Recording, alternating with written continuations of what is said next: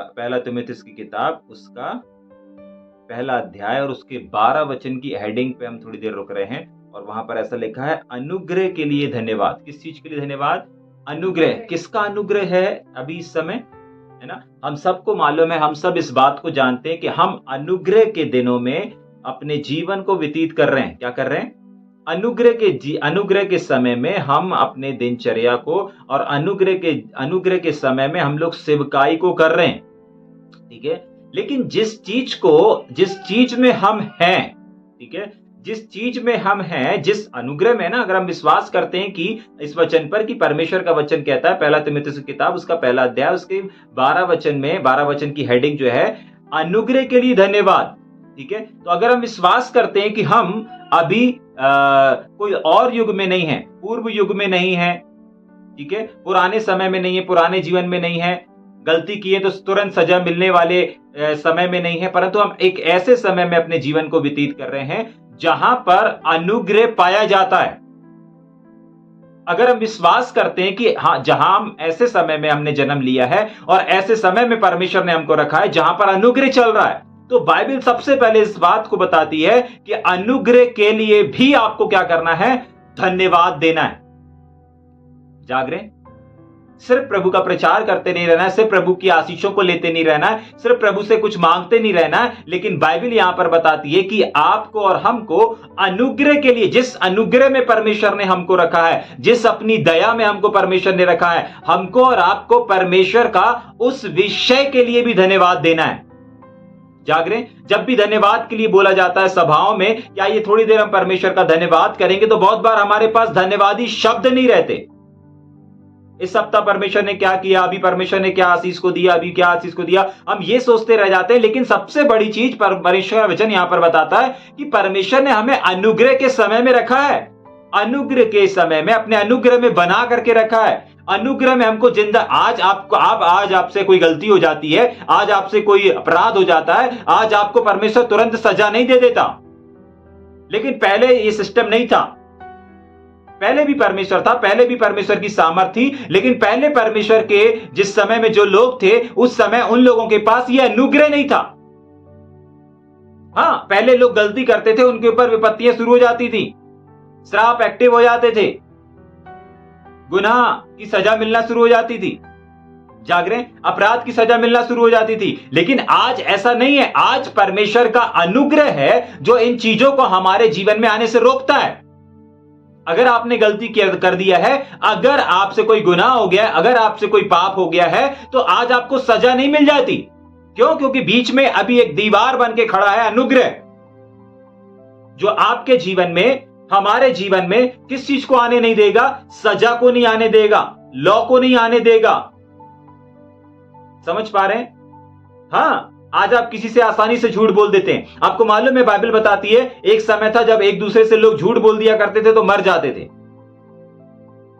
आप सबको याद है ना, प्रेरितों के काम 5वां अध्याय या रोमियो किताब 5 अध्याय, उसमें लिखा हुआ है, जागृत, जिन्होंने अपनी जमीन को बेचा था। हां, हनन्याह सफीरा ने, क्या हुआ था? झूठी तो बोला था। पतरस बोलता है, क्या यार, पवित्र आत्मा से झूठ बोल दिया तुमने। और जैसे ही उनको फटाक से खत्म। जाग रहे? पुराने नियम को अगर देखेंगे तो इससे भी खतरनाक, वहां पर भी अनुग्रह नहीं मिलता हमको। कुछ ही लोगों पर अनुग्रह, आज हर एक इंसान के ऊपर अनुग्रह है। जाग रहे? लेकिन समस्या यह है कि बहुत सारे लोग इस अनुग्रह के लिए परमेश्वर के सामने अपने हाथों को उठा करके धन्यवाद भी नहीं देते, जबकि बाइबल में हमको बताया गया, बाइबल में हमको सिखाया गया कि अनुग्रह के लिए धन्यवाद देना है। पौलुस दे रहा है, हम नहीं दे रहे। पौलुस चमत्कार कर रहा है, हमको चमत्कार करना, बस यही है। पौलुस ऐसा करता था इसलिए हमको भी ऐसा करना है, बस यही नहीं। जाग रहे?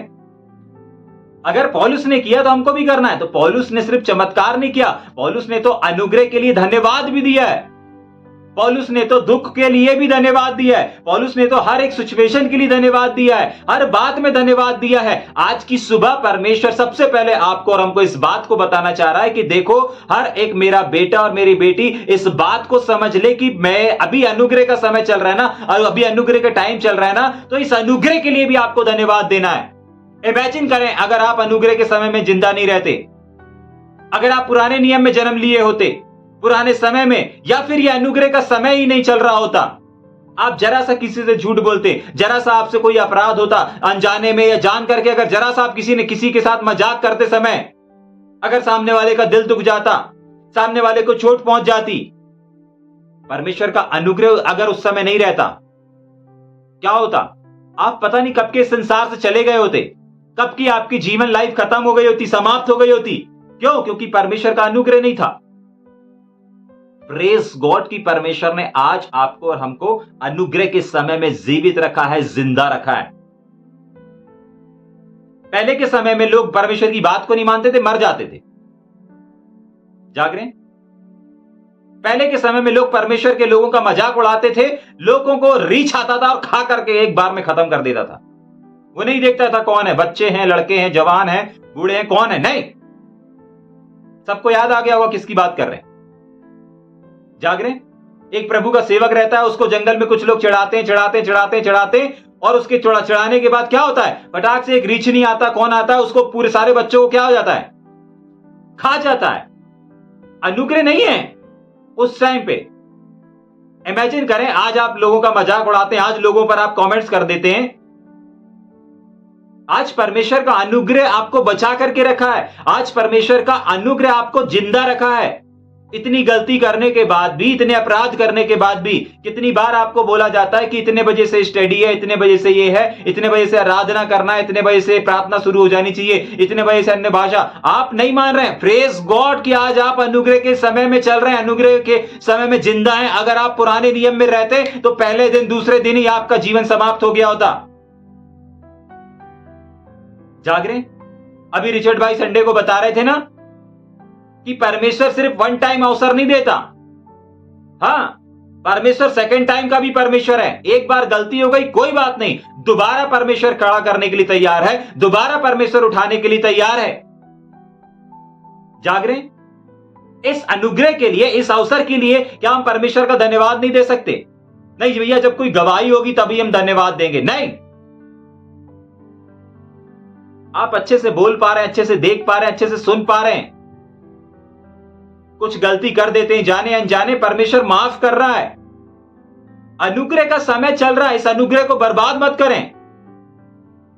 जाग रहे हैं? बहुत सारे न जाने कितने ऐसे लोग हैं जो इस अनुग्रह को बर्बाद कर रहे हैं, न जाने कितने ऐसे लोग हैं जो इस अवसर को क्या कर रहे हैं, हल्के में ले रहे हैं। समझ में आ रहा है? आज की सुबह परमेश्वर का आत्मा आपसे बात कर रहा है कि आपको परमेश्वर के अनुग्रह को बर्बाद नहीं करना है,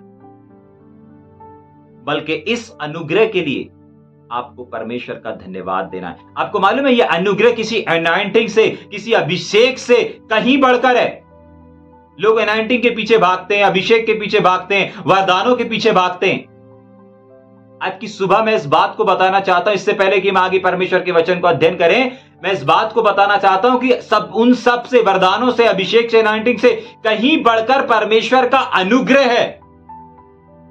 कितने बार आप गिर रहे हैं, कितने बार आज आप लड़खड़ा रहे हैं, कोई है ना जो थाम के रखा है, वो कोई और नहीं परंतु परमेश्वर का अनुग्रह है। परमेश्वर का अनुग्रह है जो आज आपको बरकरार रखा है। और पौलुस आज हमको इस बात को सिखाना चाह रहा है, इस टॉपिक से, इस हेडिंग से ही, कि उसके अनुग्रह को बर्बाद मत करो, उसके अनुग्रह के लिए आपको धन्यवाद दो। उसके प्रति, अरे कोई हमारी हेल्प कर देता है, जरा सी मदद कर देता है, तो हम उसको धन्यवाद देते हैं, हम उसका शुक्रिया अदा करते हैं, हम उसको थैंक्स बोलते हैं। थैंक्स बोलना मतलब धन्यवाद करते हैं। लेकिन जिसने हमें अवसर दिया, जिसने हमें चुना, जिसने हमें बुलाया, जो हमारी गलतियों को हर एक बीच में दीवार बन के खड़ा हुआ है। परमेश्वर का वचन कहता है पाप की मजदूरी मृत्यु है।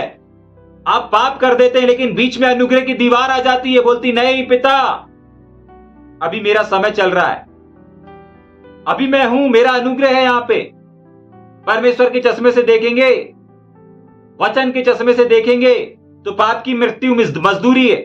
पाप की मजदूरी क्या है? मौत है। हर गुनाह की एक सजा है। जैसे संसार में, भौतिक संसार में हर क्राइम का एक लॉ बना हुआ है, एक सजा बनी हुई है, ठीक ऐसे ही, बिल्कुल ठीक ऐसे ही। जाग रहे? समझ में आ रहा है? ठीक ऐसे ही परमेश्वर का वचन भी है। आपको वो दीवार दिखती नहीं अनुग्रह की, लेकिन वो है आपके और परमेश्वर के बीच में एक बिचवैया है जो अनुग्रह की दीवार को लेकर के सामने खड़ा हुआ है। आज परमेश्वर का क्रोध आने से, प्रकोप आने से, परमेश्वर का लॉ आने से, परमेश्वर के नियम आने से, बाइबल की बातों को पूरा होने से एक है जो अनुग्रह की दीवार लेकर के खड़ा हुआ है। जाग रहे हैं? बाइबल बताती है ना कि परमेश्वर और मनुष्य के बीच में एक ही बिचवैया है, तो ये बिचवैया अनुग्रह का बिचवैया है। ये बिचवैया बहुत सारी चीजों को करता है, उसमें से एक बिंदु अनुग्रह भी है। हाँ, द्वार है, ज्योति है, सब कुछ है, लेकिन अनुग्रह भी है। अनुग्रह बन करके भी वो हमारे और परमेश्वर के बीच में खड़ा हुआ है। जाग रहे? जब उसने दूरियों का पर्दा हटा दिया हमारे प्रभु यीशु मसीह ने, तो एक अनुग्रह का पर्दा लगा दिया है। जाग रहे? हाँ, जब यीशु मसीह ने इस संसार से जाते समय अपने कलवरी क्रूस के ऊपर अपने प्राणों को दिया, और जैसे ही उन्होंने अपने प्राणों को दिया, मंदिर का पर्दा क्या हुआ था? ऊपर से फटना शुरू हुआ था और नीचे तक फटता और फटता और फटता चला गया। जाग रहे? हां, ऊपर से फटा। किस चीज को दर्शा रहा था? परमेश्वर और मनुष्यों के बीच में जो दूरियां थी, जो दीवार थी। पहले लोग परमेश्वर को परमेश्वर ही बोला करते थे। हां, आज लोग, मानव जाति परमेश्वर को परमेश्वर नहीं परंतु पिता बोल करके, पिता कह करके पुकार सकती है। यह कैसे प्राप्त हुआ? यह अनुग्रह कैसे प्राप्त हुआ? कभी आपने सोचा है?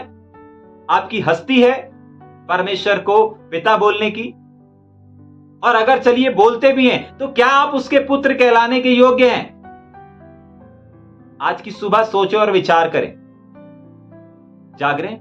आपकी हस्ती नहीं है, हमें मालूम है, मेरी हस्ती नहीं है, मुझे मालूम है, लेकिन बीच में एक दीवार है, अनुग्रह की दीवार, जो मुझे यह अधिकार देती है, जो मुझे श्रेय देता है, जो मुझे बल देता है कि नहीं, तू अपने परमेश्वर को परमेश्वर के साथ साथ तू पिता भी बोल सकता है, डैडी भी बोल सकता है। क्यों? क्योंकि बीच में अनुग्रह की दीवार बनकर के हमारा और आपका प्रभु यीशु मसीह कायम है।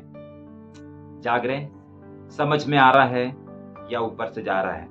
तो मैं बस इस वचन से आपको इस बात से, इस हेडिंग से सिर्फ इस बात के लिए उत्साहित करना चाहता हूं कि इस अनुग्रह को बर्बाद मत करो, और जब भी आपको अवसर मिले, जब भी धन्यवाद देना, आपको इस अनुग्रह के लिए भी परमेश्वर का धन्यवाद करना है। प्रभु धन्यवाद, जो चीजें पुराने नियम के लोगों के पास नहीं थी। धन्यवाद प्रभु, जो पूर्व युग के लोगों के पास नहीं थी। धन्यवाद प्रभु, जो हमारे बाप दादाओं के पास में नहीं था, मेरे पास आज आपने दिया है, और वो है सबसे बेशकीमती चीज, अनुग्रह। अनुग्रह, अनुग्रह। जाग रहे हैं? आपको मालूम है, इस अनुग्रह में आप कितनी भी गलती करें, लेकिन अनुग्रह जो है वो आपको दोषी नहीं ठहराता। आप 10 बार भी गिरें, 7 के 70 बार भी गलती करें, लेकिन परमेश्वर का अनुग्रह, प्रभु यीशु मसीह का जो अनुग्रह है, जब तक है तब तक आपको पनिशमेंट नहीं मिल सकती। लेकिन बाइबल बताती है कि अनुग्रह उठा लिया जाएगा।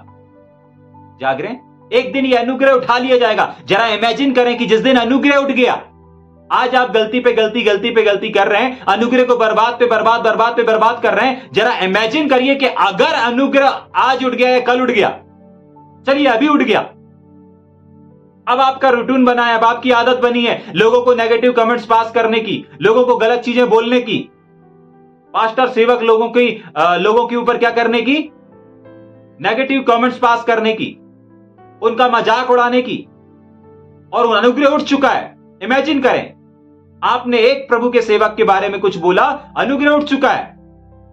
आपने दूसरे परमेश्वर के सेवक के बारे में 2 बातें बोला, फटाक से जंगल से या कहीं से भी कोई आया बड़ा जानवर और आपको निगल लिया। इमेजिन करें, क्योंकि जब अनुग्रह चला गया, तो बिना अनुग्रह के अगर आप किसी भी व्यक्ति के बारे में कुछ भी गलत बोलेंगे, विशेषकर सेवकों के बारे में, तो क्या होगा? पुराने नियम में हुआ था, पढ़ लीजिएगा जाकर के। जाग रहे हैं?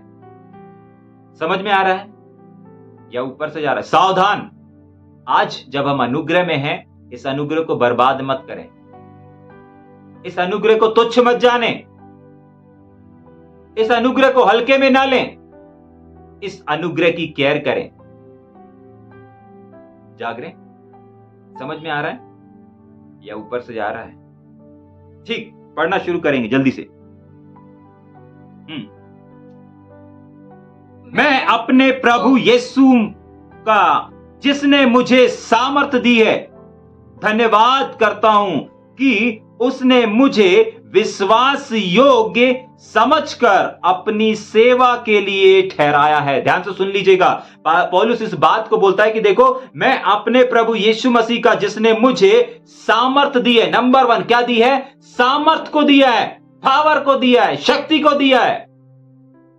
जाग रहे हैं? ठीक, उसके बाद आप सोचे, थोड़ा विचार करें, आज आपके पास जो चीज है, आप अच्छे से गा पा रहे हैं, अच्छे से बजा पा रहे हैं, अच्छे से प्रचार कर पा रहे हैं, अच्छे से लीडिंग कर पा रहे हैं, अच्छे से काम कर पा रहे हैं, क्या आप इसके योग्य हैं? पौलुस क्या बोल रहा है? परमेश्वर ने मुझे इस योग्य समझ करके अपनी सेवा को दिया है। क्या लिखा है? मैं अपने प्रभु यीशु मसीह का, जिसने मुझे सामर्थ दी है, धन्यवाद करता हूं। आज आपके पास जो कुछ भी है ना, चाहे आप एक अच्छे बड़े भविष्यवक्ता हो, चाहे आप एक अच्छे बड़े इवेंजलिज्म हो, चाहे आपके द्वारा बड़े हीलिंग क्रूसेड हो रहे हो, कन्वेंशन हो रहे हो, चाहे आपके प्रचार संदेश के द्वारा बड़े बड़े लोग बदल रहे होंगे, अपने जीवन को परमेश्वर को दे रहे होंगे, अर्पण कर रहे होंगे, प्रेज गॉड, अच्छी चीज है। लेकिन क्या कभी आपने परमेश्वर के इस अनुग्रह के लिए, परमेश्वर के इस सेवा के लिए परमेश्वर का धन्यवाद किया है? और दिया है तो कितना दिया है, कितनी देर दिया है? जाग रहे हैं? पौलुस साहब बोल रहा है कि मैं परमेश्वर का धन्यवाद करता हूं कि उसने मुझे विश्वास योग्य समझकर अपनी सेवा के लिए मुझे ठहराया है। जाग रहे हैं? देखिए, बहुत बार आपको और हमको भी, हमारे ऊपर जो लीडर्स रहते हैं, विश्वास योग्य समझ करके किसी पद के लिए नियुक्त करते हैं, किसी जिम्मेदारी को सौंपते हैं, किसी अथॉरिटी को देते हैं। जाग रहे हैं? उन्होंने कुछ आपके अंदर देखा है, उनको आपसे कुछ उम्मीद है। जाग रहे हैं? समझ में आ रहा है? हां, चर्च में, कलीसिया में, दरबार में, ग्रुप में, बहुत सारी ऐसी जगहों पर लीडर्स लोग जो रहते हैं, पास्टर्स लोग जो रहते हैं, सेवक लोग जो रहते हैं, और उनके नीचे जिन लोगों के बीच में परमेश्वर ने उन्हें एक लीडर के रूप में, एक अगुवे के रूप में, एक पास्टर के रूप में रखा है, वे लोग अपने लोगों को देखते हैं और उनके कार्य को देखने के बाद उनके अनुसार, उनके कार्य के अनुसार उनको क्या देते हैं? पद देते हैं, एक जिम्मेदारी देते हैं, एक काम को सौंपते हैं, एक जिम्मेदारी को सौंपते हैं। जाग रहे हैं? समझ में आ रहा है या ऊपर से जा रहा है? परमेश्वर का वचन यहां पर इस बात को बताता है। परमेश्वर ने पौलुस को विश्वास योग्य समझ करके दिया। आपको भी कुछ ना कुछ विश्वास योग्य समझ करके दिया ना? आप धन्यवाद करते हैं? जाग रहे? समझ में आ रहा है? अधिकांश, बहुत सारे लोग इस बात को जानते हैं कि मैं पढ़ा लिखा नहीं हूं। जाग रहे? मेरा कोई एजुकेशन नहीं है, लेकिन जब भी मैं बड़े अधिकारियों के साथ रहता हूं, बड़े अधिकारियों के साथ मिलता हूं, बोलता हूं, बातचीत करता हूं, जाग रहे? मैं अपने परमेश्वर का धन्यवाद करता हूं। जाग रहे? जिसकी कोई योग्यता नहीं, जिसने स्कूल छोड़ा, उससे खुद का नाम लिखते नहीं आता था। जब मैंने स्कूल छोड़ा, मुझसे अभिषेक नाम लिखते नहीं आता था। मैं ढूंढता था कि कहां मुझको हिंदी में या इंग्लिश में मिल जाए कि अभिषेक लिखते कैसे हैं। जाग रहे? एक ऐसे व्यक्ति को परमेश्वर ने विश्वास योग्य समझ करके आज एक सेवकाई को दिया। मैं परमेश्वर का धन्यवाद करता हूं। जाग रहे? जहां कहीं भी हम मीटिंग लेते हैं, एक समय, एक पल, और भले कुछ ही क्षण हम करें, लेकिन हम धन्यवाद का एक ऐसा समय रखते हैं कि जिसमें हम परमेश्वर को धन्यवाद कर सकें। जाग रहे? क्यों? क्योंकि परमेश्वर का वचन बताता है। क्यों? क्योंकि परमेश्वर का वचन कहता है कि यह परमेश्वर का अनुग्रह है, और हम अनुग्रह में पाए जाते हैं। यह परमेश्वर का अनुग्रह है। जाग रहे? और इस बात के लिए हमें धन्यवाद करना है। दूसरी चीज कि आज हमारे पास भले छोटी सेवा हो या बड़ी सेवा हो, या हमारे पास 2 लोग हो या 2000 लोग हो, कोई फर्क नहीं पड़ता, लेकिन परमेश्वर ने आपको योग्य समझ करके आज लोग आपको दिए हैं। अगर आप एक अच्छा चर्च चला पा रहे हैं, आज आप एक चर्च के पास्टर हैं, परमेश्वर ने आपको विश्वास योग्य समझ करके क्या किया है? ये सेवकाई को ठहराया है। आप यूं ही पास्टर नहीं बन गए, आप यूं ही सेवक नहीं बन गए, आपको यूं ही कोई पद नहीं मिल गया। परमेश्वर ने आपको विश्वास योग्य समझा है और उसके बाद उस चीज के लिए, उस कार्य के लिए नियुक्त किया है। जाग रहे? परमेश्वर ने, यीशु मसीह ने जब पौलुस से मिला था ना, तो वो इस चीज को देखा, उसने कुछ अच्छा काम नहीं किया था, लेकिन परमेश्वर ने उसके उस धुन को देखा, उस लग्न को देखा जो वो कर रहा था अनजाने में, परमेश्वर के लिए, पुराने नियम के लिए, शास्त्री, फरीसियों, सदुकी, ये तमाम लोगों के लिए कर रहा था जो दीवानगी। परमेश्वर ने कहा नहीं, अगर ऐसा व्यक्ति मेरे लिए काम करे, जब ये इस अनजाने में, जब ये इतना वफादार है, जब ये अधूरे ज्ञान के साथ, ये अपनी पूरी ताकत के साथ काम कर रहा है, तो जब ये सत्य को जान जाएगा तो कितना पावरफुल तरीके से काम नहीं करेगा। और परमेश्वर ने प्रभु यीशु मसीह के द्वारा पौलुस को दर्शन दिया, उससे बातें किया, हे साउल तू मुझे क्यों सताता है। उस समय पौलुस नहीं जानता था क्या हो रहा है, लेकिन परमेश्वर जानता था, क्योंकि परमेश्वर ने उसको विश्वास योग्य समझा था। जाग रहे? हो सकता है आपको भी कोई पद दे दिया गया हो, आपको भी कोई काम दे दिया गया हो, आपको भी कोई जिम्मेदारी दे दी गई हो, आपको नहीं मालूम मैं कैसे करूंगा, मैं क्या हूं, ये वो, कोई बात नहीं, लेकिन आपके लीडर्स जानते हैं। जैसे परमेश्वर जानता था कि नहीं, ये विश्वास योग्य व्यक्ति है, आज मसीहों को सताने में ईमानदार है, कल मसीहों को बचाने के लिए, कलीसिया स्थापना करने के लिए, मेरे संदेश को एक स्थान से दूसरे स्थान में ले जाने के लिए ये ईमानदार है। तब जाकर के उसको परमेश्वर ने क्या किया था? नियुक्त किया था। और उस बात के लिए पौलुस यहां पर क्या कर रहा है? मैं अपने परमेश्वर का धन्यवाद देता हूं कि उसने मुझे विश्वास योग्य समझ करके आज इस सेवकाई को दिया है। जाग रहे? हाँ, आगे चलेंगे क्या? तीसरा वचन, मैं तो पहले निंदा करने वाला, हाँ, निंदा करने वाला था। पौलुस साहब इस बात को बोल रहा है, मैं इस योग्य नहीं था। याद रखिए, आप इस योग्य नहीं थे, आप कुछ और थे। आप गुटखा खाने वाले थे, पान खाने वाले थे, खर्रा खाने वाले थे, नशा करने वाले थे, शराब, बीड़ी, सिगरेट, गांजा, लड़ाई झगड़ा, मारपीट, ये सब चीजों में रहने वाले थे। जाग रहे? समझ में आ रहा है? पौलुस क्या कह रहा है? मैं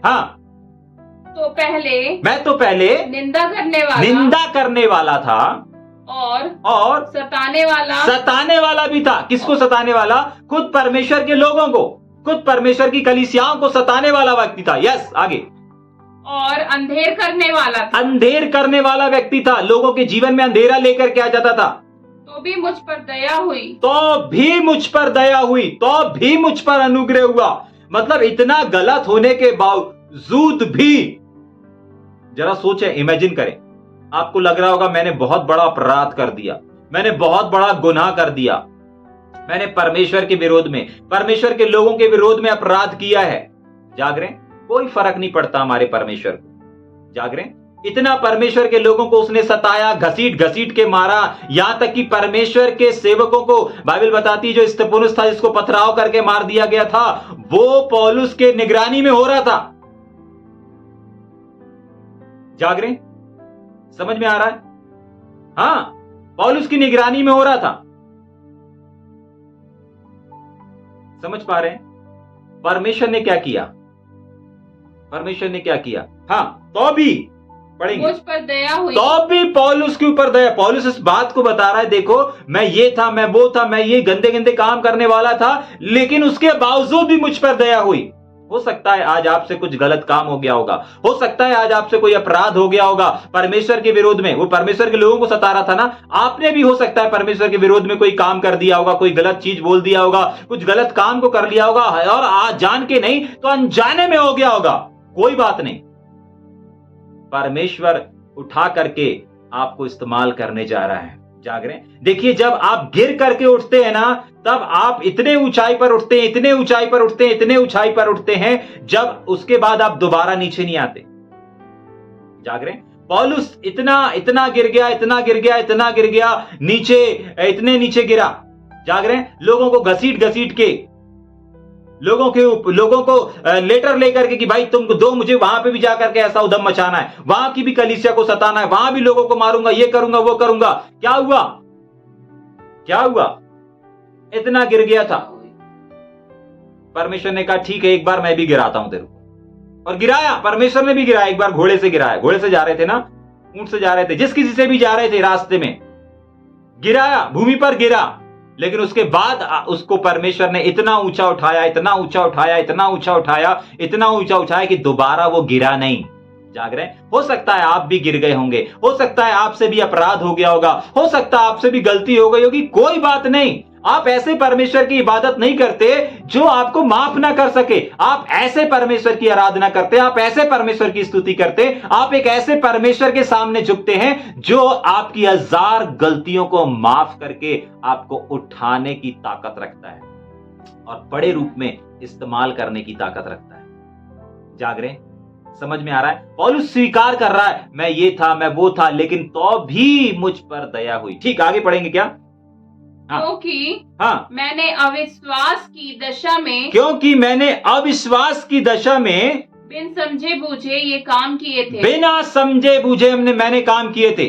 मैंने कहा ना स्टार्टिंग में कि पौलुस जिस चीज को जानता नहीं था ठीक से, शास्त्री, फरूसी, यहूदी, पुराने नियम, इन तमाम लोगों के लिए जब वो इतनी दीवानगी रख सकता है, तो परमेश्वर ने इसी बात को देख करके उसको विश्वास योग्य समझा कि जब ये अंधकार के लोगों के लिए ईमानदार रह सकता है, तो जब ये सत्य को जान जाएगा उसके बाद तो ये प्राण देने तक विश्वास योग्य रहेगा। और ऐसा हुआ भी।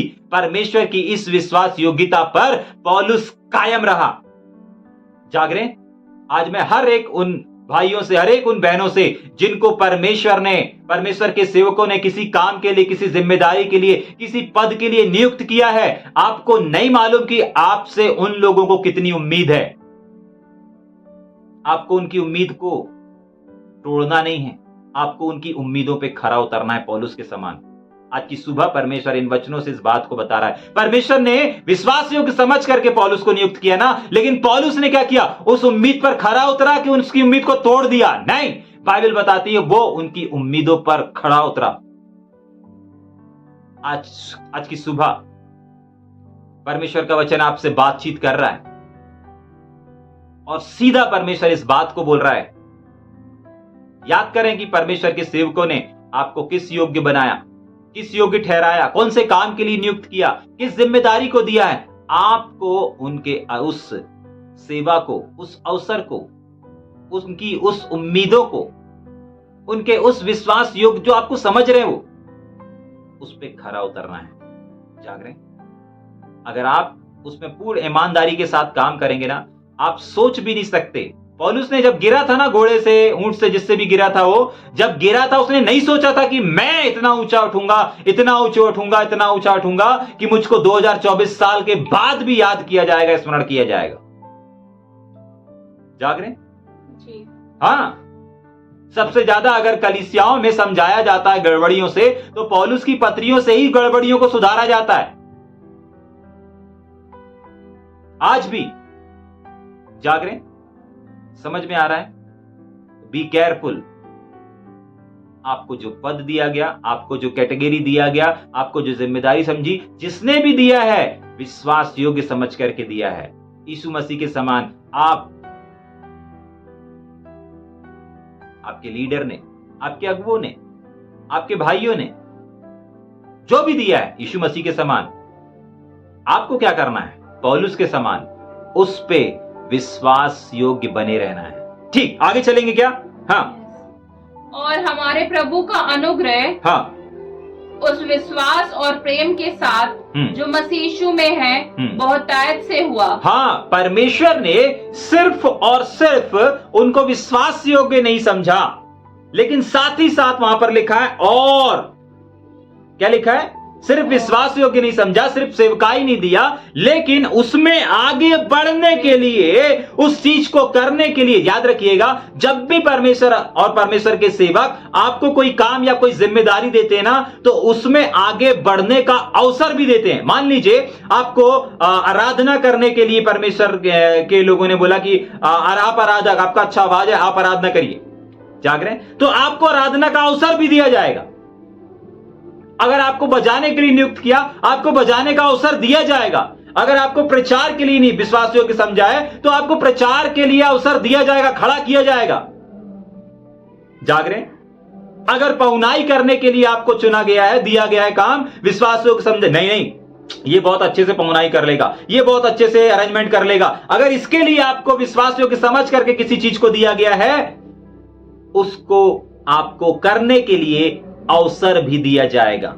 याद रखिएगा, समझ में आ रहा है? आपके सामने अवसर आएंगे, कैसे भी आएंगे। जाग रहे?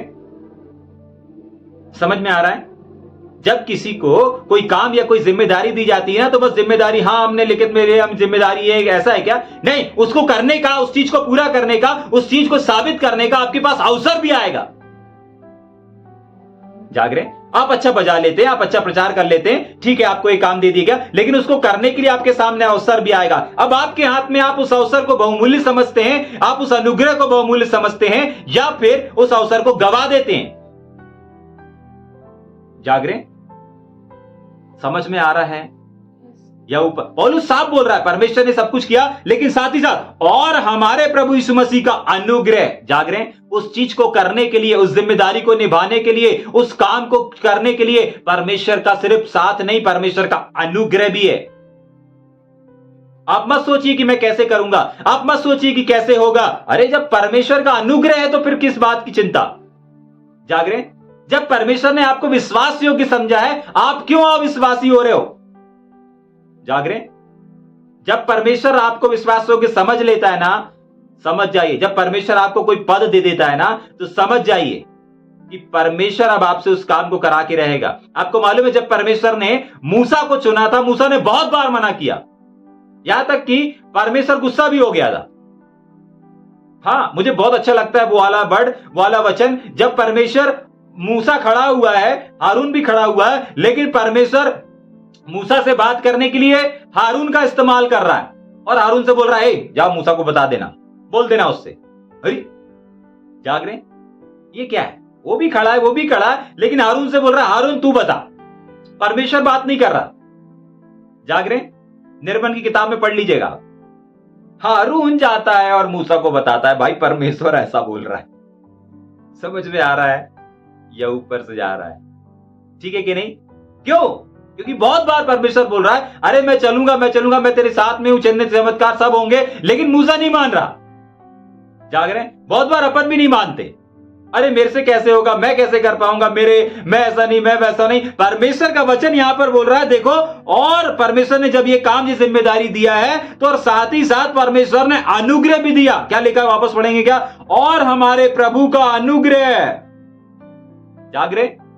हाँ, अनुग्रह, और उसके आगे भी है, उस विश्वास और प्रेम के साथ यीशु मसीह में बहुतायत से हुआ। मतलब जब पौलुस को परमेश्वर ने चुना, प्रभु यीशु मसीह ने चुना, तो सबसे पहले अनुग्रह भी बहुतायत से दिया। विश्वास योग्य तो था ही, वो तो पौलुस नहीं देख पा रहा था, लेकिन पौलुस अनुग्रह देख पा रहा था, पौलुस विश्वास देख पा रहा था और प्रेम देख पा रहा था।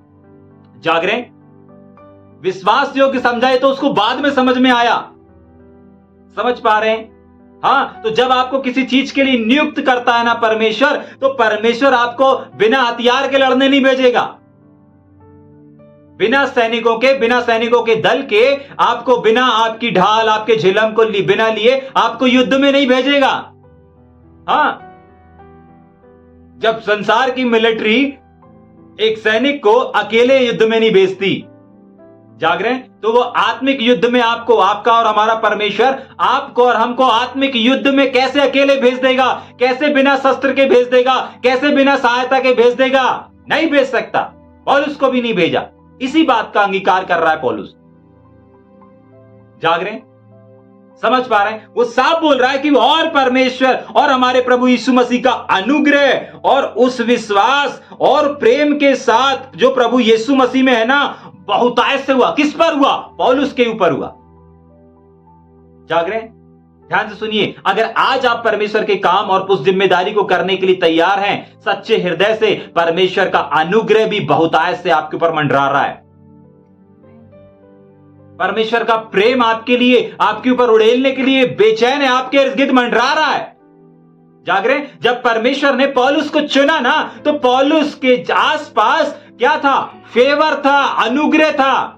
आप अगर पौलुस की सेवकाई को शुरुआती दिनों में अगर देखेंगे, तो लोग विश्वास नहीं कर रहे थे, लेकिन परमेश्वर ने एक ऐसे व्यक्ति को नियुक्त किया कि जो अगर खड़ा हो जाता था तो उस लोगों को उसकी सुनना पड़ता था। जाग रहे? समझ में आ रहा है? हाँ, परमेश्वर ने सहायक भेजा।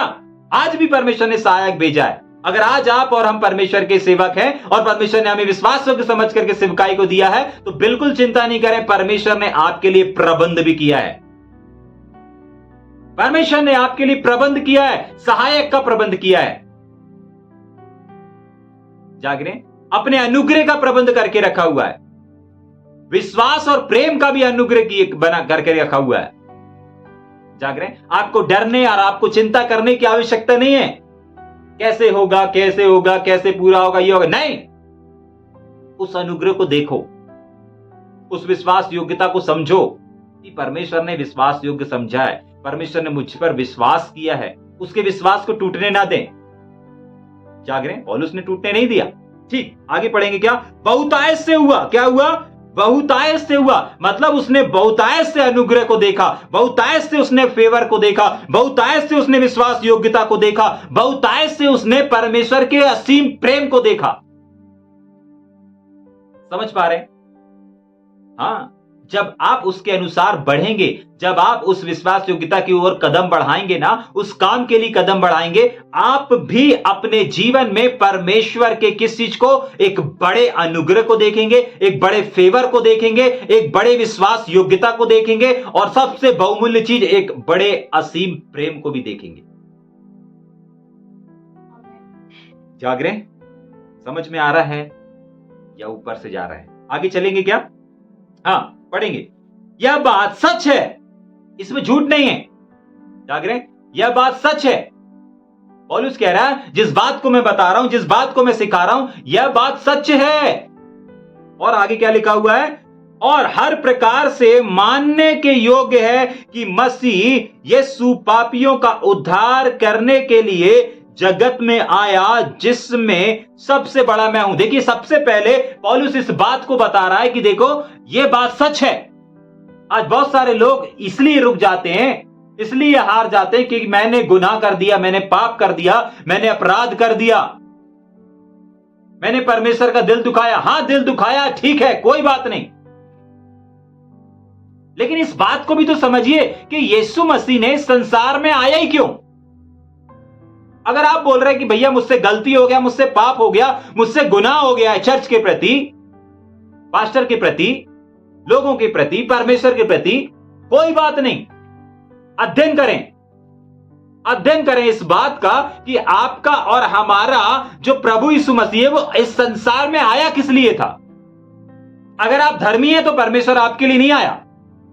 अगर आप अपने आप को ईमानदार व्यक्ति कहते हैं तो परमेश्वर आपके लिए नहीं आया। अगर आप अपने आप को वफादार समझते हैं तो परमेश्वर आपके लिए नहीं आया। अगर आप अपने आप को परफेक्ट व्यक्ति समझते हैं तो परमेश्वर आपके लिए नहीं आया, प्रभु यीशु मसीह आपके लिए नहीं आया। जाग रहे? हां, पौलुस कह रहा है ये बात सच है, और इस समय जो बात आप तक पहुंच रही है, ये बात भी सच है। हर एक गलती करने वाले, हर एक अपराध करने वाले, विशेषकर ध्यान से सुने, बार बार जो गिर रहे हैं वो ध्यान से सुने, जो गलती करने के बाद ऐसे डिसीजन को लेने पर हैं कि भैया अब मैं परमेश्वर के भवन में नहीं आऊंगा, अब मैं परमेश्वर की संगति नहीं करूंगा, अब मैं लोगों की संगति नहीं करूंगा, मैंने मेरी लोगों के सामने सर नीचा हो गया है, लोग मुझे तुच्छ समझेंगे, लोग मुझे हल्के में लेंगे। सावधान। जाग रहे हैं? ये शत्रु शैतान का झूठ है, क्योंकि सच ये है कि परमेश्वर पापियों के लिए आया है। आपसे गुनाह हो गया, आपसे पाप हो गया, इसीलिए ही तो परमेश्वर का पुत्र प्रभु यीशु मसीह संसार में आया। जाग रहे? समझ में आ रहा है या ऊपर से जा रहा है? मत सोचिए, मत ध्यान दीजिए, इस बात को ध्यान रखिए कि आप अनुग्रह में हैं, आप अनुग्रह में हैं। समझ पा रहे हैं? हां, आप अनुग्रह में जिंदा हैं। परमेश्वर ने आपको अनुग्रह में बनाए रखा है। मत सोचिए क्या गलती हो गई, मत सोचिए क्या पाप हुआ। पौलुस ने नहीं सोचा। जाग रहे? ये आपकी एक टेस्टमनी बनने जा रही है। अगर एक ऐसा व्यक्ति मुझे सुन रहा है जिसने अपने जीवन में गलती कर दिया, पाप कर दिया, अपराध कर दिया है, मैं आपको इस वचन से उत्साहित करना चाहता हूं, आने वाले टाइम में यही आपकी एक अद्भुत गवाही होगी कि आपने इतना बड़ा क्राइम करके, इतना बड़ा पाप करने के बाद, इतना बड़ा गुनाह करने के बाद, परमेश्वर के विरुद्ध, परमेश्वर की कलीसिया के विरुद्ध, यीशु नासरी के नाम से मैं ये भविष्यवाणी करता हूं कि अगर कोई ऐसा व्यक्ति मुझे सुन रहा है जिसने अपने जीवन में गलत काम कर दिया है, अपराध कर दिया है, आने वाले टाइम में आप ही पौलुस के समान इस बात को बोल पाएंगे कि इतना सब होने के बाद भी, तो भी मुझे परमेश्वर ने चुना, तो भी मुझे परमेश्वर ने उठाया, और इतना उठाया कि आज मैं तुम्हारे सामने हूं। जाग रहे? समझ में आ रहा है या ऊपर से जा रहा है? इस बात को समझ लीजिए। आप अच्छे हैं इसलिए परमेश्वर आपको नहीं मिल गया। आप अच्छे हैं इसलिए परमेश्वर ने आपको चुन नहीं लिया। प्रेज गॉड कि आप गलत हैं, प्रेज गॉड कि आपने गलती किया, प्रेज गॉड कि आपने लोगों का दिल दुखाया, प्रेज गॉड कि आपसे कोई पाप हो गया, क्योंकि परमेश्वर का वचन साफ कह रहा है, पौलुस बोल रहा है यह बात सच है, सत्य है, विश्वास योग्य है, मानने के योग्य है, इसमें कोई झूठ नहीं है। किस बात में झूठ नहीं है? परमेश्वर महान है ये नहीं, मुझे परमेश्वर नहीं, ये है कि परमेश्वर का पुत्र प्रभु यीशु मसीह पापियों का उद्धार कराने के लिए आया, पापियों के लिए संसार में आया। वो वचन से भी बता रहा है, अपने अनुभव से भी बता रहा है। और जब एक व्यक्ति के पास अनुभव होता है और वचन भी होता है, उसमें 101% सच्चाई होती है। जाग रहे? समझ में आ रहा है? हाँ, पौलुस कोई नया व्यक्ति नहीं है, पौलुस कोई नया जवान नहीं है, एक अनुभवी व्यक्ति है। न जाने कितने वर्ष उसने परमेश्वर के लिए, परमेश्वर के लोगों को सताया, मारा, सब कुछ किया, लेकिन क्या हुआ? एक अनुभव मिला। जब सत्य को जाना, उस सत्य ने उसको स्वतंत्र कर दिया, और क्या हुआ? उसके बाद भी वो रुका नहीं। उसके बाद उसने अपनी पूरी जीवन को परमेश्वर के काम और परमेश्वर की सेवकाई में दिया। जाग रहे? तभी के लिए वो इस बात को बोल पा रहा है। अब जब वो सत्य को जान गया तो वो उसको मालूम चल गया कि मैं जहां से निकल के आया वो तो अंधकार है, मैं जो जीवन को जी रहा था वो तो पापियों का जीवन है, अगर उसी जीवन को जीता रहता तो मैं भी नाश हो जाता। जाग रहे? हां, तभी के लिए वो इस बात को लिख पा रहा है, अनुभव से भी और वचन से भी। सच है ये बात, इसको जुटला नहीं सकते। यीशु मसीह अच्छे लोगों को नहीं ढूंढ रहा, जो गिर गए हैं पाप में उनको ढूंढ रहा है, जिनसे गलती हो गई उनको ढूंढ रहा है। क्यों? क्योंकि जिनसे गलती हो गई, जिनको पछतावा हो रहा है, वो रो रहे हैं, बिलख रहे हैं, गलत निर्णय लेने पर हैं। जाग रहे? उन्हीं को परमेश्वर ढूंढ रहा है। समझ पा रहे हैं? और वो अपने वचन को आज इसलिए लेकर के आया कि देखो देखो देखो, वचन की ओर देखो, क्या लिखा है, क्या लिख के लेके गया हूं। गलती हो गई ना, पाप हो गया ना, अरे मैं पापियों के लिए तो आया हूं। जाग रहे? हो गया ना, कोई बात नहीं, मैं हूं ना। जाग रहे? भैया बहुत बड़ा है, कोई बात नहीं, कितना बड़ा गुनाह क्यों ना हो, भैया लाल रंग का है, अपराध वाला है, कोई बात नहीं, मैं हूं ना। यीशु मसीह कहता है मैं हूं ना, मैं आया ही पापियों के लिए हूं, मैं आया गुनहगार के लिए हूं, अच्छे लोगों के लिए नहीं आया। बाइबल साफ इस बात को बताती है कि वैद्य की जो आवश्यकता है वो भले चंगे लोगों को नहीं है, बीमारों को है। ठीक है कि नहीं?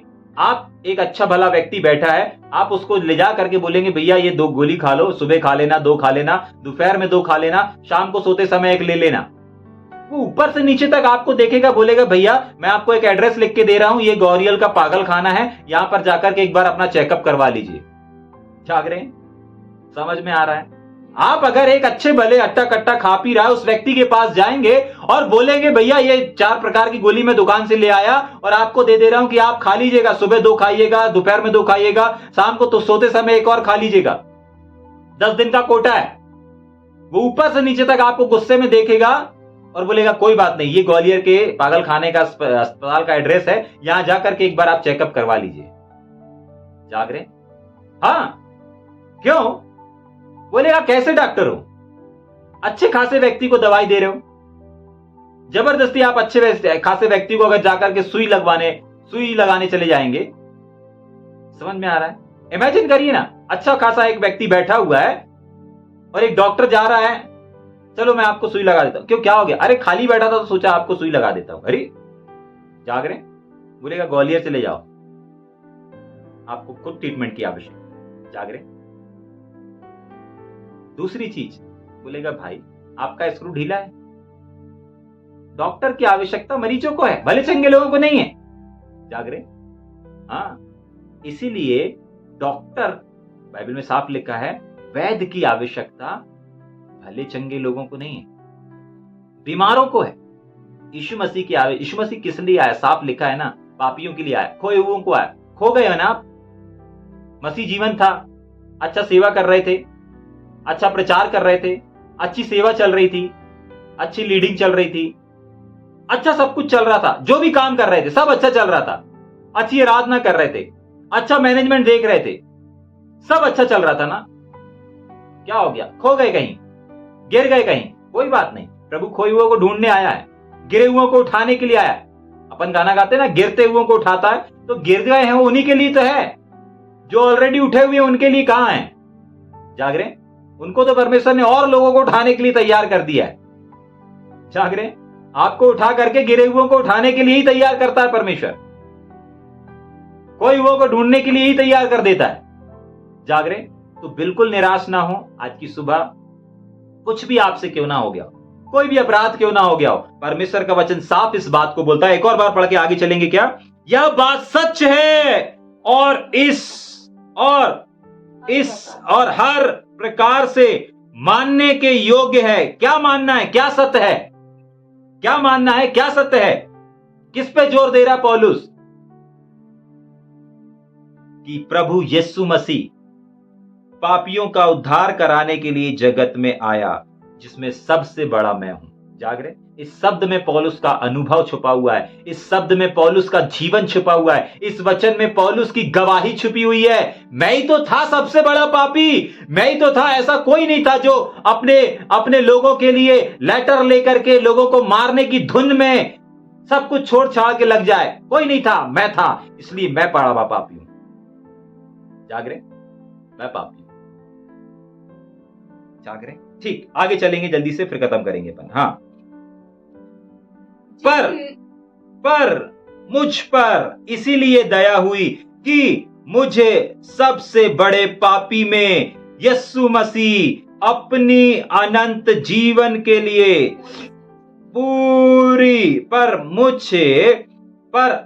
उस पर अनंत जीवन के लिए विश्वास करेंगे, उसके लिए मैं एक आदर्श बनूं।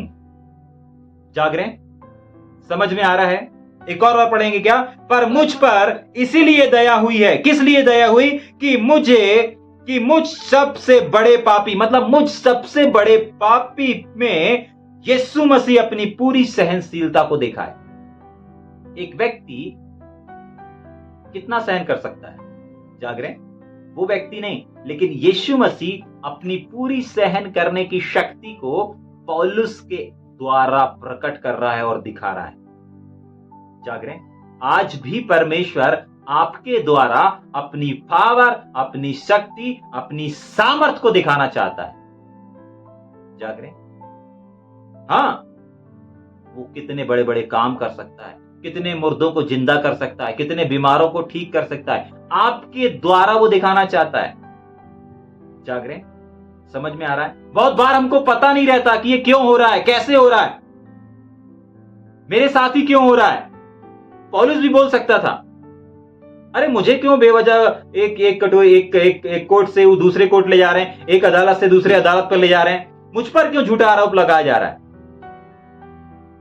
सुसमाचार के लिए मुझे क्यों जेल भेजा जा रहा है। पौलुस सोच सकता था। जाग रहे?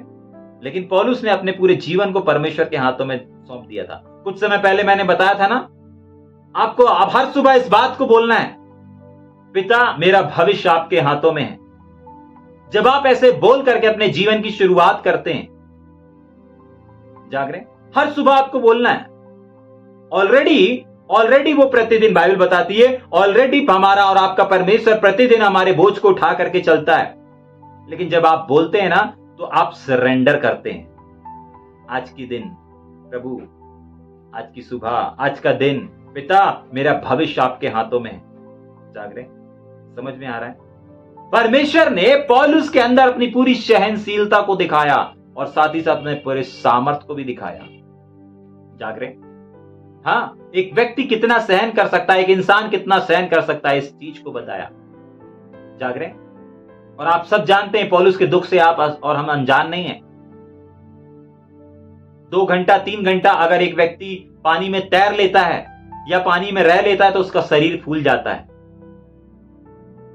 आप 1 घंटा अपने पैर को पानी में डुबा करके रखें, उसके 1 घंटे के बाद अगर आप अपने पैर को निकालेंगे, आपके पैर की शक्ल बदल चुकी होगी। आपको मालूम है पौलुस 3 दिन 3 रात लगातार पानी में रहा, पानी में तैरता रहा। जाग रहे?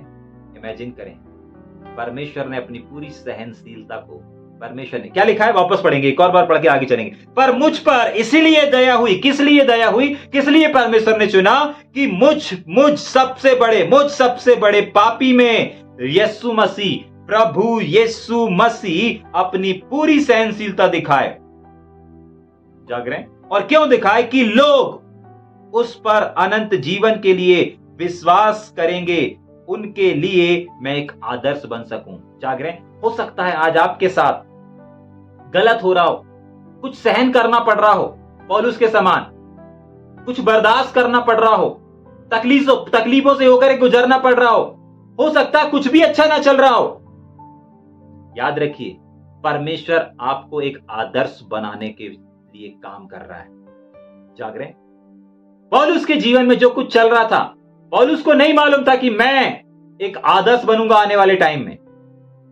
जब वो गलती कर रहा था, जब वो मसीह लोगों को मार रहा था परमेश्वर के राज्य के विरोध में, प्रभु यीशु मसीह ने आते ही से बोला, हे साउल मुझे क्यों सता रहा है? जाग रहे? मतलब उसने इस हद तक सता दिया था प्रभु के लोगों को कि यीशु मसीह को नीचे आकर के बोलना पड़ा, हे साउल तू मुझे क्यों सताता है? जाग रहे? समझ में आ रहा है? हो सकता है आज आपने भी परमेश्वर के राज्य के विरोध में गलत काम कर दिया हो, पाप कर दिया हो, अपराध कर दिया हो और आप भी टूट गए होंगे पौलुस के समान। अरे कितना सहन करना पड़ रहा है, इससे अच्छा तो मैं पहले ही वाले जीवन में था, पहले वाले फ्रेंड सर्कल में था, अच्छा था। जाग रहे? कितना सहन करना पड़ रहा है, कितना। लेकिन आपको नहीं मालूम, आपने पाप किया था, परमेश्वर ने बचाया, बुलाया, अब सहन कर रहा है। पौलुस को भी बहुत कुछ सहन करना पड़ा। पतरस से मिलने के लिए कितने दिन उसको वेट करना पड़ा था, मालूम है? हाँ, लोग पौलुस से मिलने के लिए, जब वो साउल के रूप में था, लोग उससे मिलने के लिए व्याकुल रहते थे, वेट करते थे। अब ये मिलने के लिए वेट कर रहा है प्रेरितों से। इमेजिन करें, बहुत कुछ था। पौलुस ने कहा ना कि मैं दीन होना भी जानता हूं, मैं हर परिस्थिति, मतलब उसने कितना सहन किया, कितना नीचे गया। लेकिन उसको यह नहीं मालूम था कि परमेश्वर उसको एक आकार दे रहा है, परमेश्वर उसको एक आदर्श बना रहा है। अगर आज आपके जीवन में कुछ चल रहा ना, दुख चल रहा, मुसीबत चल रही, परेशानी चल रहा, विपत्ति चल रही, अन्याय चल रहा है, कुछ भी क्यों ना चल रहा हो, याद रखिए आपका भविष्य परमेश्वर के हाथों में है और परमेश्वर आपको इस संसार के लिए एक आदर्श बना रहा है। इमेजिन करें ना, अगर ये सब चीजें आपके जीवन में ना चल रही हो, आने वाले 5 साल के बाद आप क्या टेस्टमनी देंगे अपने जीवन की? अगर आपको जेल सेवकाई में, अगर आपको चर्च में आने वाले 5 साल के बाद संभालना पड़े, आप क्या टेस्टमनी देंगे? कैसे जीवन से परमेश्वर ने आपको निकाल के लेके आया? क्या गवाही देंगे? परमेश्वर आपको एक आदर्श बना रहा है। पौलुस के पास आज एक नहीं, बहुत सारी गवाही हैं। पौलुस दिलेरी से बोल पा रहा है, यह बात सच है, परमेश्वर पापियों के लिए आया, यीशु मसीह पापियों के लिए आया, मैं बड़ा पापी हूं, दिलेरी से बोल पा रहा है। आज शत्रु शैतान आपके कान में बोलेगा, तू बहुत बड़ा पापी है, तूने इतना बड़ा गलत काम किया है, सब लोग तेरे को तुच्छ नजर से देखेंगे, ये नजर से देखेंगे, वो नजर से देखेंगे। अब एक काम कर, तू संगति मत कर, चर्च मत जा, ये मत कर, वो मत कर, सेवा मत कर। बहुत सारे जवानों के साथ यही चल रहा है, बहुत सारे जवानों के जीवन में यही चल रहा है। उनको नहीं मालूम कि ये शत्रु शैतान की आवाज है, लेकिन परमेश्वर की आवाज ये, गलती कर दिए मैं हूं ना, पाप कर दिए मैं हूं ना, छोटा है मैं हूं ना, बड़ा पाप है मैं हूं ना, मेरे विरोध में किए मैं हूं ना, पास्टर के विरोध में कर दिए मैं हूं ना, पवित्र आत्मा के विरोध में कर दिए मैं हूं ना। आज प्रभु यीशु मसीह इसी बात को बोल रहा है, मैं हूं ना। पढ़ो, वचन पढ़ो ना, मैं पापियों के लिए आया हूं, पापियों को ढूंढने, मुझे ढूंढना पड़ रहा है पापी लोग कहां हैं। जाग रहे? अगर आज आपसे पाप हो गया ना, तो बहुत जल्द आपकी भेंट परमेश्वर से होने जा रही, बहुत जल्दी आपका रिश्ता घनिष्ठ होने जा रहा है। जाग रहे? समझ में आ रहा है? क्योंकि अब आप नहीं ढूंढ रहे, परमेश्वर ढूंढता हुआ आएगा। समझ में आ रहा है? हाँ, या ऊपर से जा रहा है? इसलिए सावधान, शत्रु शैतान की बातों में ना आए, किसी और अंधकार की चीजों में ना आए, क्योंकि बहुत सारी आवाजें हमारे आसपास हैं, लेकिन परमेश्वर का वचन हमें इस बात को बोलता है कि सावधान, कि क्या सुनते हो। आज के जवान लोग नेगेटिव चीजों को जल्दी सुन लेते हैं, नेगेटिव चीजों को जल्दी पकड़ लेते हैं, शत्रु शैतान की बातों को जल्दी पकड़ लेते हैं, संसारिक बातों को जल्दी से पकड़ लेते हैं। जैसे मैंने बताया ना, अगर आपसे कोई गलती गुनाह पाप हो गया, शत्रु शैतान बोलेगा इस संगति से दूर हो, किसी की बात बुरी लग गई, संगति से अलग हो जा। ये शत्रु शैतान की आवाज है। तूने उसको ऐसा बोल दिया, तूने पाप कर दिया, ये कर दिया, अलग हो जा। ये शत्रु शैतान की आवाज है। लेकिन परमेश्वर की आवाज क्या है? मैं पापियों के लिए आया हूं, तेरे लिए तो मैं आया हूं। गुनहगार है, मैं तेरे लिए आया हूं। अपराध हो गया, मैं तेरे लिए तो आया हूं, मेरा आना सफल हो गया। जाग रहे? आप जिस काम के लिए घर से निकलते हैं, उस काम को अगर आप नहीं कर पाओ तो क्या होगा? अच्छा लगेगा आपको? कोचिंग के लिए निकले, कोचिंग ना पहुंच पाओ, अच्छा लगेगा? नहीं लगेगा। कोई भी काम के लिए अगर आप घर से निकलते हैं, अगर वो काम नहीं हुआ तो अच्छा लगेगा? नहीं लगेगा। यीशु मसीह भी अपने घर से इसलिए निकला है, पापियों को ढूंढने के लिए, पापियों को बचाने के लिए। जाग रहे? तो आप शत्रु शैतान की बातों में ना आए। परमेश्वर आपसे प्यार करता है, परमेश्वर के ऊपर, और सबसे बड़ी इस प्यार की खासियत पता है क्या है? क्यों है? क्योंकि अभी परमेश्वर ने आपको अनुग्रह में रखा है, अनुग्रह में जिंदा रखा है।